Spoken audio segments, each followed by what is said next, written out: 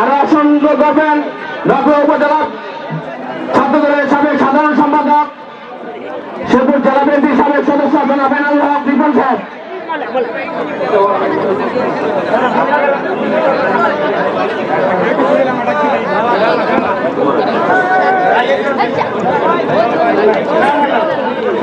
আরো আসন করবেন শেরপুর জেলা যুবদলের সংগ্রামী সদস্য জনাব মাসুদ হাসান। আরো আসন গ্রহণ করবেন নগলা পৌরসভার 7 নং ওয়ার্ডের সাধারণ সম্পাদক জনাব সুরবুদ্দিন সুদা ভাই।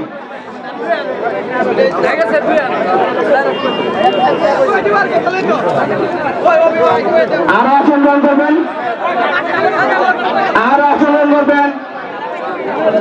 আপনার রাষ্ট্রদল ইউনিয়ন বিএনপির সংগ্রামী সভাপতি জনাব ইসাক মন্ডল সাহেব। আরো আসন গ্রহণ করবেন নগর উপজেলা বিএনপি উপজেলা কৃষক দলের সংগ্রামী আহ্বায়ক জনাব রফিকুল ইসলাম।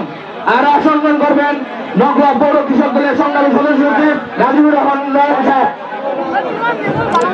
আরো উপস্থিত আছেন আসন গ্রহণ করবেন নগর উপজেলা যুব দলের মুবারক হোসেন দুদা ভাই।